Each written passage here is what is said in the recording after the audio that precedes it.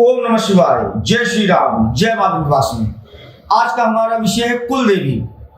यकीन मानिए, कुल देवी आपको आबाद या बर्बाद दोनों करने की क्षमता रखती है। कौन होती है कुल देवी, कैसे कुल देवी बनाया जाता है, कुल देवी का पूजन कैसे होता है और कुल देवी को भोग में क्या चढ़ता है, आखिर क्यों कुल देवी देवता पूजन लेने के बाद, भोग प्रसाद लेने के बाद भी प्रेत ले लेते हैं, और आखिर क्यों कुल देवी के रुष्ट होने से आपके घर में समस्याएं पैदा हो जाती हैं। आज इसके विषय में चर्चा करेंगे। नमस्कार, जय श्री राम, मैं हूं आचार्य मंगल। आज का हमारा विषय है कुल देवी। यकीन मानिए, कुल देवी आपको आबाद या बर्बाद करने की क्षमता रखती है। कुल देवी आपके घर की मालकिन होती है। कौन होती है कुल देवी, कुल देवी कैसे बनाया जाता है, कुल देवी की पूजा कैसे होती है, आखिर बहुत सारे लोगों को अपने घर के कुल देवी के विषय में क्यों नहीं पता होता। और प्रश्न ये भी है कि बहुत सारे लोग अपने कुल देवी की पूजन करते हैं, इसके उपरांत भी उनके घर पर तंत्र हो जाता है, प्रेत बाधा, मसान, मसानी या भूत आ जाते हैं। आज इसके विषय में विस्तार से चर्चा करेंगे। वीडियो बड़ी होगी, 2 पार्ट में बनेगी। तो आज कुल देवी का पूरा रहस्य हम आप लोगों को बता देंगे। पहली बात, अलग अलग लोगों के घर में अलग अलग प्रकार की कुल देवी होती है।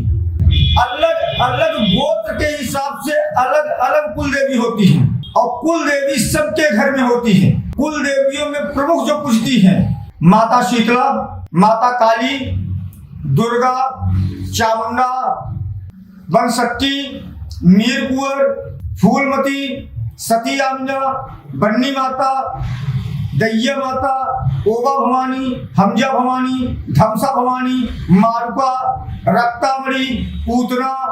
और कुल देवियों में अंबा जी भी पूजती हैं, तुलजा भवानी पूजती हैं, आई एक वीरा पूजती हैं, बजेश्वरी पूजती हैं। कहीं कहीं कुल देवी में माता मसानी मेलडी पूजती हैं, सती माता पूजती हैं, घर की दैया पूजती है कुल देवी में। ऐसे नाना प्रकार की देवियां कुल देवी में पूजती हैं, अलग अलग बिरादरी में। कहीं चामर माता पूजती हैं, कहीं चकही भवानी पूजती हैं, कहीं हैजिया माता पूजती हैं, कहीं शारदा पूजती है, कहीं जलपा पूजती है, कहीं कुल देवी में बाईसी पूजती है। कहने जाएंगे तो बहुत लंबा विषय है, और हमारे ही कुल देवी को उठा के लोग कुल देवी के विषय में बोलने लगे हैं पॉडकास्ट पे या वीडियो के। उनको तो इतनी कुल देवियों के नाम भी नहीं पता होंगे जितना हम एक साथ में बता देते हैं, क्योंकि हम प्रैक्टिकल हैं और जमीनी स्तर पे काम करते हैं, और हम किसी भी नॉलेज को गहराई तक जानते हैं। पहले रिसर्च करते हैं, तब बात करते हैं, और जो हम काम करते हैं उस पर बात करते हैं। कुल देवी आपके घर की मालकिन होती है। परंपरावादी में पहले परिवार संयुक्त होता था, बड़ा परिवार होता था। कुछ लोग प्रदेश जाते थे कमाने रहने, कुछ लोग घर पे रहते थे, एक साथ रहते थे, और कुछ लोग खेती करते थे, मुख्य व्यवसाय था। और पहले न तो लाइट था, न तो पंपिंग सेट था, कुछ भी नहीं था। शुरुआत हुई माता शीतला के 1 लोटा जल नीम के पेड़ पे डालने से, क्योंकि बीमारियां फैलती थी। पुराने जमाने के लोग अपने घर के सामने नीम का पेड़ लगाते थे, नीम का पत्ता चबाते थे, तुलसी का पेड़ लगाते थे, तुलसी का पत्ता चबाते थे, और दोनों का सुबह शाम पूजन करने लगे। माता दुर्गा की नवरात्रि ये बहुत समय प्राचीन काल से चली आ रही है। फिर माता शीतला आई, फिर भी लोगों को संतोष प्राप्त नहीं हुआ, क्योंकि ये घर को संभालते थे। लोगों को चाहिए था कुछ ऐसी शक्तियां जो अच्छे बुरे दोनों में उनका काम कर सके, दोनों में चल सके। घर के साथ साथ खेत बाड़ी तक जो उनका मदद कर सके, ऐसी ऊर्जाएं लोग चाहते थे। तो बहुत सारे लोग माता चमैया को लेके आए, बहुत सारे लोग बनशक्ति को लेके आए, बहुत सारे लोग माता परमेश्वरी को लेके आए, बन दुर्गा को लेके आए, दुर्गा परमेश्वरी को लेके आए, बहुत सारे लोग फूलमती को लेके आए, बहुत सारे लोग सती आमिना को लेके आए, बहुत सारे लोग शारदा को लेके आए, बहुत सारे लोग जलपा को लेके आए, बहुत सारे लोग चरही भवानी लेके आए, बहुत सारे लोग बामत लेके आए, बहुत सारे लोग बन्नी माता को लेके आए, बहुत सारे लोग ओबा को लेके आए, हमजा को लेके आए, धमसा को लेके आए, पूतना को लेके आए, मालवा को लेके आए, रथी मालवा को लेके आए, सूर्य रथी मालवा को लेके आए।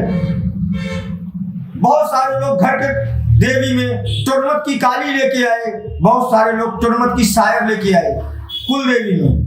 याद रखना, ऐसी जानकारी किसी पॉडकास्ट में नहीं मिलेगी। न कोई दाढ़ी है, कोई बाल रख के काले कपड़े वाले आपको बता पाएंगे, न लाल कपड़े वाले।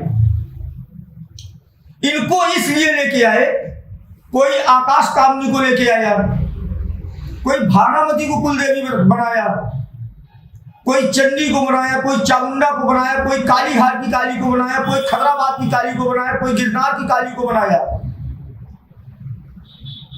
इस प्रकार कुल देवियों को अलग से और लाया गया। प्राचीन में था सिर्फ नवरात्रि दुर्गा साधना, शक्ति साधना, उसके साथ जुड़ा शीतला साधना, उसके बाद ये देवियां आना शुरू हो गई।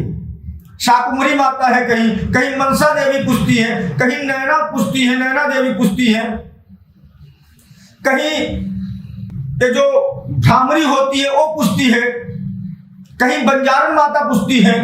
इतनी कुल देवियां हैं। लोग अपने अपने एरिया से एक एक और अलग लेके आए और इनका वेदी बनवाए।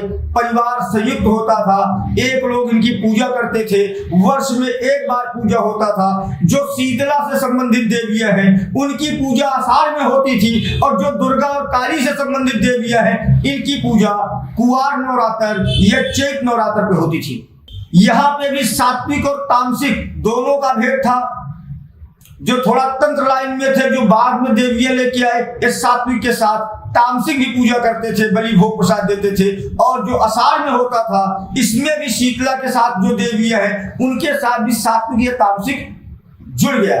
लोग पूजा करते थे, घर में कोई विपत्ति नहीं थी, संयुक्त परिवार था, लोग मरते थे, घर की कुल देवी देवता प्रेत को बचा के रखती थी, दबा के रखती थी, कोई भी अनहोनी नहीं होने देती थी, क्योंकि वो मालकिन थी। फिर आया परिवार में बिखराव। पहले तो बच्चे माता पिता से दूर रहने लगे, फिर भाई भाई से दूर रहने लगा, अब तो अकेलापन है, अकेले प्रदेश में जाके रहने लगे। उनको कोई संकट होता है तो प्रार्थना करते हैं, भगत के पास जाते हैं, भगत उनकी कुल देवी को मनाता है, और एक प्रेत इनके घर से झटक देता है, बोलता है माता इनके घर में निर्छल आओ, निराधार आओ, और बाकी परिवार में जितने प्रेत के साथ रह रही हो रहो, हमें कोई दिक्कत नहीं है, क्योंकि कुल देवी घर की मालकिन है, घर की महतारी है। इसलिए जो घर के प्रेत हैं, जैसे वो उनके लिए बच्चे हैं, वैसे आप भी उनके लिए बच्चे हो, वो भेदभाव नहीं करती। फिर इसी में तांत्रिक कुछ अपनी चीजें लगा के झटक देता है। एक भाई दुख से दूर हुआ तो दूसरे भाई के यहाँ दुख चला जाता है। कुल देवी मजबूर ही तभी होती हैं जब परिवार में विघटन होता है। कुल देवी मजबूर ही तभी होती हैं जब परिवार के लोग ही अपने घर के प्रेत के साथ बाहरी प्रेत सटा के अपने ही परिवार में, अपने ही भाई में, अपने ही चाचा में भेज देता है। कुल देवी वहां काम नहीं करती जहां पारिवारिक रंजिश हो। इसीलिए कुल देवी देवता की पूजन के बाद भी लोग कभी कभी सुखी नहीं रहते, फिर भी उनके घर पे तंत्र बना रहता है। अगले वीडियो में बताएंगे कि कुल देवी को प्रसन्न कैसे करें, और कुल देवी का एक सीरीज बनाएंगे, उसके बाद कुल देवी देवता के विषय में बताएंगे। तो याद रखिए, कुल देवी आपके घर की मालकिन है, कुल देवी प्रसन्न है, आपके यहाँ से निराधार निर्छल है, तो आपके घर में तरक्की होने से कोई नहीं रोक सकता। कुल देवी आपको आबाद भी कर सकती है, बर्बाद भी कर सकती है। कुल देवी के रिश्तता से ही घर में चारित्रिक हनन होता है, चारित्रिक पतन होता है, धन का नाश होता है, धर्म का नाश होता है। लोग तीखा बोलते हैं, ज्यादातर महिलाएं ज्यादा तीखा बोलती हैं और ज्यादा गुस्सैल हो जाती है, एक कुल देवी की वजह से होता है। तो आज के लिए इतना ही। जय श्री राम।